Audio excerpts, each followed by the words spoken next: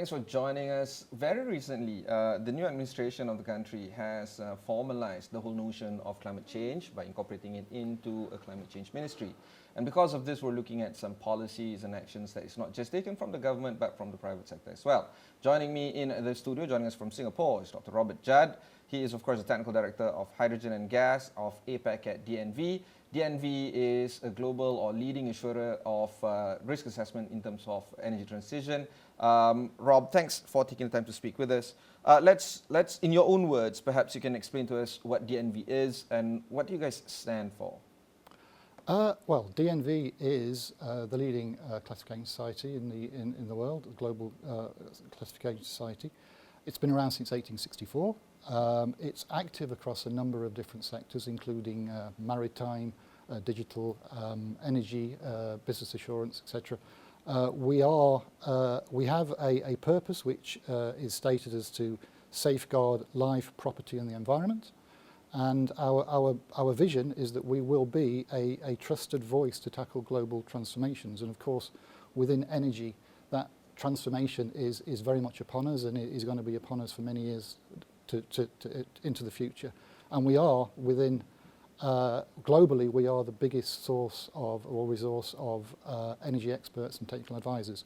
So we are looking globally to support clients, and we have many across many sectors, support those clients in meeting the aims of the Paris Agreement. That's to limit, as far as possible, the global temperature rise from 1990 to 2050 to 1.5 degrees, which is a major challenge. You may be aware of our Energy Transition Outlook report, which we issue every year, the last one being in October, which is produced from our headquarters in Norway. And a huge modelling exercise which divides the globe into 10 regions and looks globally and regionally at what the likely trajectories are in terms of forecasting the future of energy between now and 2050. As I say, 10 separate regions, 4 of which are in APAC. A huge amount of information goes into that model in terms of current activities, current policies, current technology trajectories, roadmaps, commitments, understanding of how technologies will develop. That goes into a model which looks at supply and demand, likely outputs, and forecasts one route. It doesn't look at scenarios, it looks at what is most likely to happen between now and 2050. And this is something that we issue every year. We put it on our website. It's there for everyone to download and look at, and we believe that forecast can actually inform people, inform customers, inform the public, inform everyone about what is likely to happen, what we believe is likely to happen between now and 2050, and most importantly, really, to consider perhaps what needs to be done to change that trajectory if it's not going where it needs to go. And currently, it's safe to say that we need to do more. And this year, within that Energy Transition Outlook, we've also included what we see as a pathway to net zero. And of course, the intention behind the Paris Agreement is that by 2050, we reach what's called net zero with regard to CO2 emissions. So effectively, there will be emissions will effectively not have reached zero, but in terms of inputs and outputs, we will no longer be emitting net CO2 or carbon or greenhouse gases. I'm trying to pull back into the kind of experience or the background that you're having right now, because the development of some European industries and companies, and part of your work is into the transition of biomethane, hydrogen, as well as carbon management. Do you feel that that kind of experience is important for you to roll out or deploy some of the solutions here in this part of the world? Definitely. I come from a background of working with the European energy industry, the European gas industry, and you may be aware that there is a very clear route to net zero defined within European policy and at sort of national level within Europe. There are a lot of measures, joined up policy measures, from sort of technical push all the way through to demand pull. There are mandates for use of renewables. There are preferential policies that encourage the use of renewables, encourage the use of biomethane. Of course, these rules are always changing and being adopted, but there's a lot that's happening in Europe which needs to be transferred to the APAC region. Not just Europe. I think it's fair to say that everybody's in a different place, and it's important to realise that we can't all go down the same road. And when we start to explore the APAC region, even the APAC region is very, very, very diverse.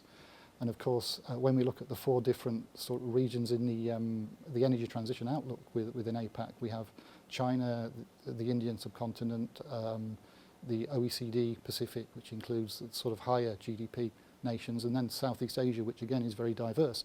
And I think what we need to do is to make sure that we can apply the kind of lessons learned in Europe as and when they can be applied, and ensure that we have what's called a just transition, the issues of sustainability and affordability and security of supply. Like justice as in equal. Yeah. I mean, justice in that you need to take people with you. You can't impose a transition on people when it's not affordable. Everybody in a different place, everybody has a different starting position, has always been the case, not just in Europe, but of course in Southeast Asia and Asia Pacific at large.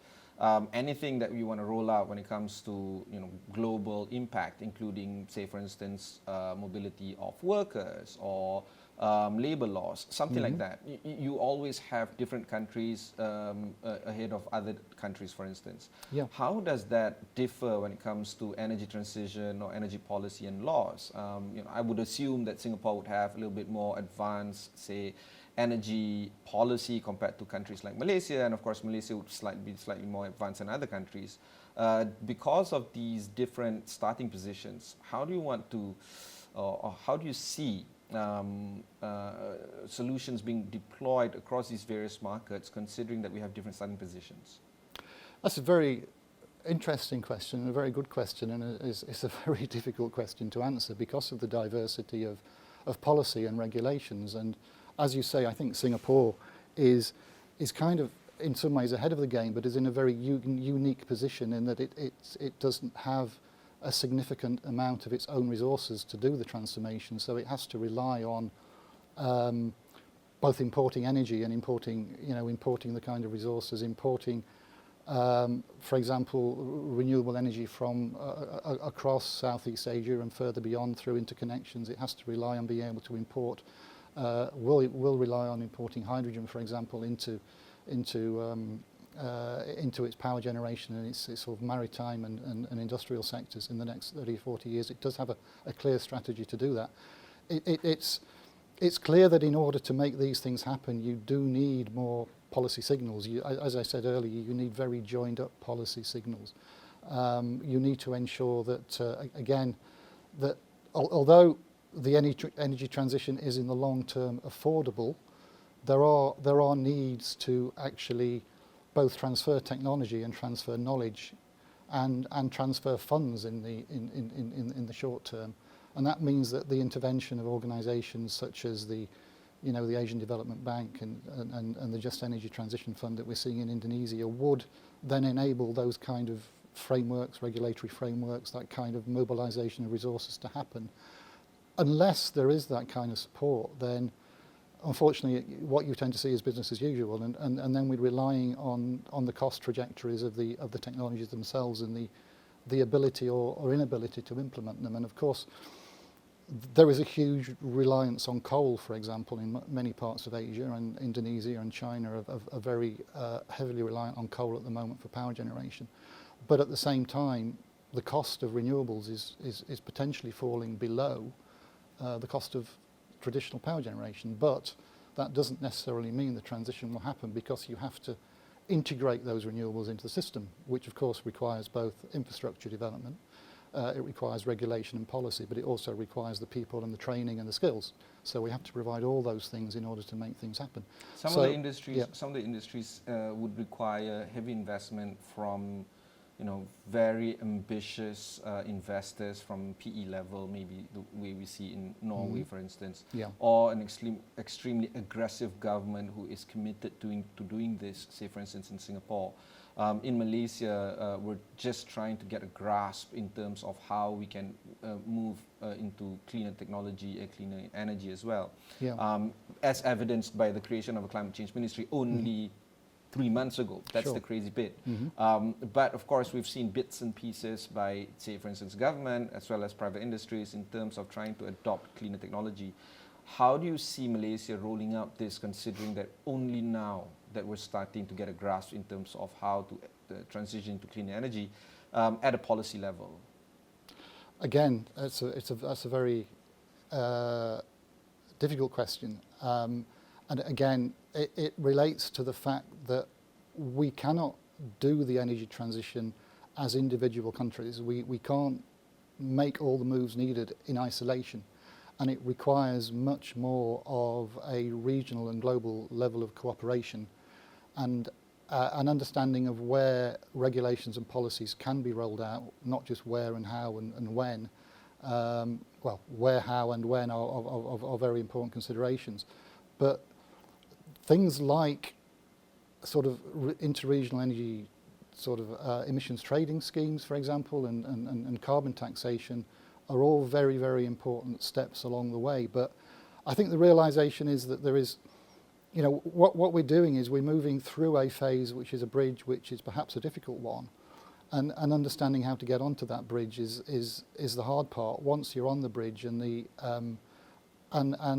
implementation of the potential is put into place, then the other side of the bridge, actually, we are in a lower cost in terms of percentage of GDP. 2050 and net zero will actually cost us less in terms of energy investments than we are seeing now. In fact, we would like to go down from sort of 3.5% of GDP to 2.5% of GDP, and there's a move to a more sort of OPEX-driven economy, fuel economy, where you have to pay for the fuel, and the prices are very unsure and variable. And, you know, we've seen what's happened with natural gas in the last year and the prices that Europe is now paying for natural gas, and that's, you know, the war in Ukraine, geopolitical changes can have very severe impacts on the energy system and the price of energy. When we move from that kind of fossil fuel driven system to a renewable based system, which is much more about capex and maintaining capex rather than opex, then there is more certainty. And I think if we can actually plan a roadmap through this that allows us to understand how to get across that bridge to the other side. The other side is a great benefit because the potential in this region, for example, for renewables is huge. I mean, it's untapped. Our energy transition outlook shows that, I mean, power generation, for example, which is currently in Southeast Asia, is 80% fossil fuel, 20% renewable. I mean, 20% is pretty good, but by 2050 it will be 10% fossil fuel and 90% renewable. So that is based on the fact that there are huge falls in the cost of renewables. There will be interconnectors, and it's that infrastructure element which, of course, needs to be kind of rolled out on a regional basis. And that, again, it's not that Malaysia can do that on its own, because it needs to understand how it's going to work alongside its neighbours. The thing about energy transition is that nobody can argue against the upside of it. However, getting the job done has always been the problem. Yeah. In my previous conversation with the EU Commissioner of Environment, I was talking to him in the sense of his work being very futile. He attends COP 25, 26, 27, perhaps COP 50, COP 100 even, and nothing gets done. And he is engaging various governments, especially in Malaysia, because the EU has some sort of a perceived notion that Malaysia is not clean when it comes to, say, for instance, some industries like plantation, specifically palm oil or oil palm. Do you feel that that whole notion of this being a very futile effort in terms of transitioning needs to be shaken off? If so, how? How do we get things done when it comes to energy transition? I don't think it's futile. I think it's not easy. But I recall, I think the same discussion, there was some discussion around the carbon border adjustment mechanism that the European Union is putting in place, which I think is going to drive change. And I think it's already driving change. I mean, talking about Malaysia, because of course there are the issue of sustainability and the carbon intensity of all products which are being produced and exported to Europe, I think will become a driver for change.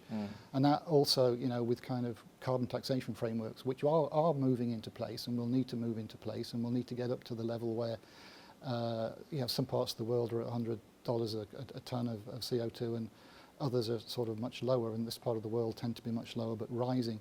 I think the carbon border adjustment mechanism and the difficulty of exporting to Europe without suffering tariffs because of the carbon intensity of products will lead to change, because otherwise competitiveness will disappear, and the need to be able to continue to export, whether it's palm oil or whether it's energy related, energy intensive products, I think will drive change from the middle of this decade. I think Europe, of course, is looking to ensure that there isn't carbon leakage, because of course they can do everything they can to reach net zero, but if people elsewhere in the world are producing energy, using energy which is not clean, and producing products which are not sustainable, then there's not much point Europe doing it. You can't do this alone, and no part of the world can do it alone. I don't think it's futile. It's not easy, and I think the messaging is getting out there that globally we are very connected. We are. However, there are some situations that arise, especially last year on February 23rd when Russia invaded Ukraine, that has created an impetus for many, in fact all, European countries to start thinking about ways of diversifying their energy source. Russia, in turn, surprisingly enough, has been able to sell their output to countries, you want to argue in that sense, and they have increased their revenue as well, because they have figured, they don't really need Europe as a client.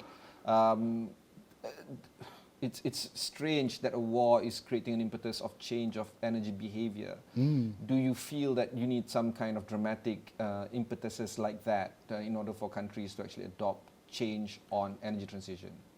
Yes and no. I mean, it's true that the invasion of Ukraine by Russia did cause a big rethink at European level, and an increase in the pace of change. I mean, just for an example, the hydrogen space, which in terms of importation of hydrogen from sort of global resources, whereas prior to that the expectation was we could actually have a relatively slow trajectory which was based on production in Europe of green hydrogen and blue hydrogen, CCS.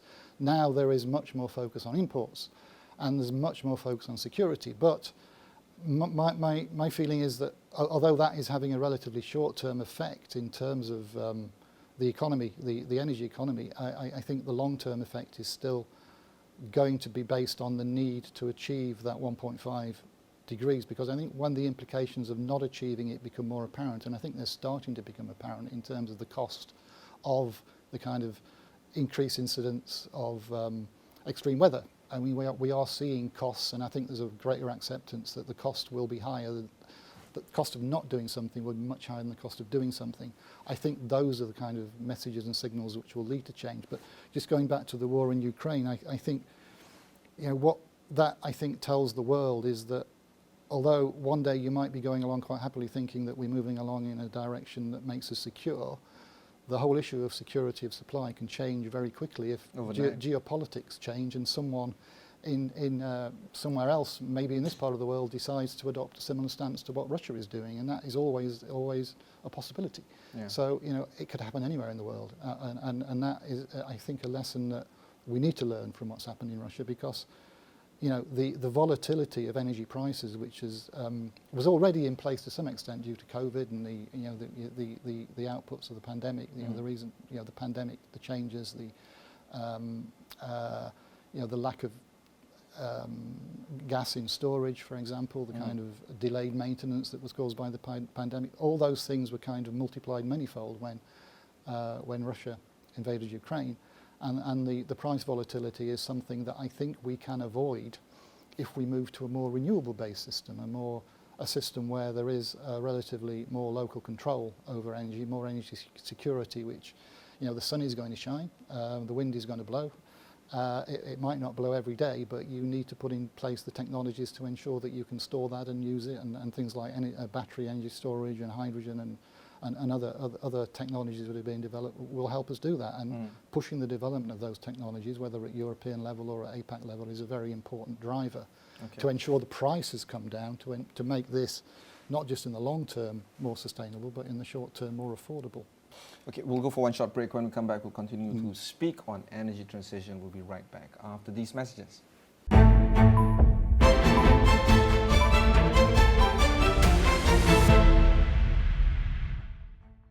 Thanks for staying on with us. I have with me in the studio Dr. Robert Judd. We're talking about energy transition. Rob, energy transition has been at the forefront of my consciousness because I am a diver, and when I started diving, there were beautiful corals just around Malaysia. Now there's coral bleaching everywhere in the globe, not just in Malaysia, and I freaked out, honestly. You see these beautiful landscape that is now gone. Perhaps permanently at a global scale. And I have been speaking about trying to move forward on energy transition and adopting cleaner technology, not just to the people around me in my circle, but to my children, for instance, friends. And the problem here is that I feel that the upside is so huge that the world's first trillionaire is going to come from this industry. That's how crazy I think this situation is. And I think that if somebody can crack the code, as you rightfully put it, it's not futile, but it is difficult. If somebody can crack this code, this person or this individual or this company can actually move forward in terms of being quite rich in terms of trying to solve this. Where do you see a potential solution is going to come from? What kind of industry that is going to be rolling out first? What kind of countries that is going to have the best policy moving forward on this?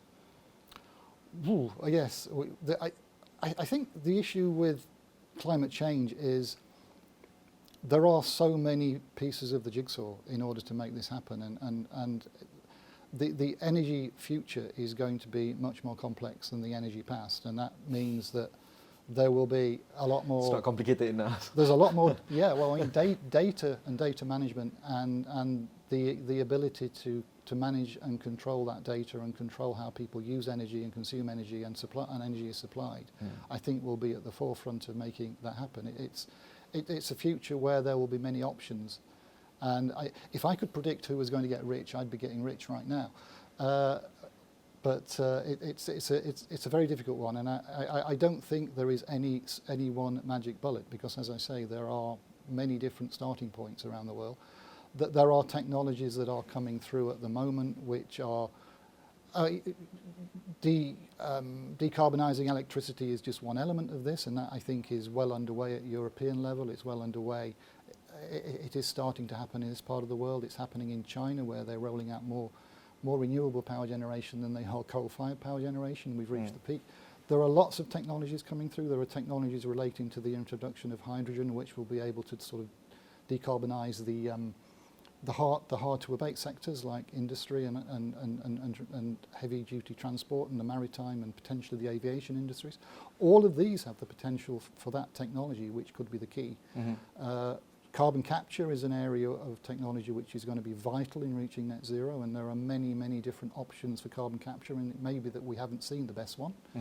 Somewhere in a lab, somewhere in this part of the world, there may be someone working on a solution which is actually going to allow us to, in a much more efficient way, directly capture carbon dioxide from the air. That direct capture technology is going to be very important.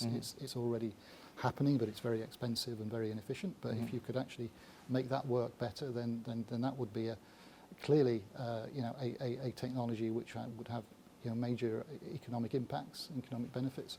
There are many, and I do agree that this area of decarbonisation is likely to make people rich. We are seeing huge investments in these areas. I mean, you mentioned biomethane. I mean, there are many oil and gas majors now who are investing heavily in biomethane around the world. There are mandates for the introduction of biomethane into gas networks in Europe and elsewhere. I saw a headline yesterday which suggested that clean technology has now reached the $1 trillion mark. That's the same level of investment as we're seeing in sort of investment levels with fossil fuel. So clearly someone sees the potential. And if we're seeing those levels of investment and we're seeing those levels of government support through things like the Asian Development Bank in this part of the world and the Just Energy Transition Fund in Indonesia, these indicate that there is a real impetus to invest and make these things happen. So it's not just about cost, it's actually, as you say, about the return, and I think the returns are significant. I have a theory that we need some sort of a quadruple helix model in order for this to happen, the quad being government, i.e. policy and framework, private institutions, both entrepreneurs and investors, media and any form of broadcast to inform the public, and academia.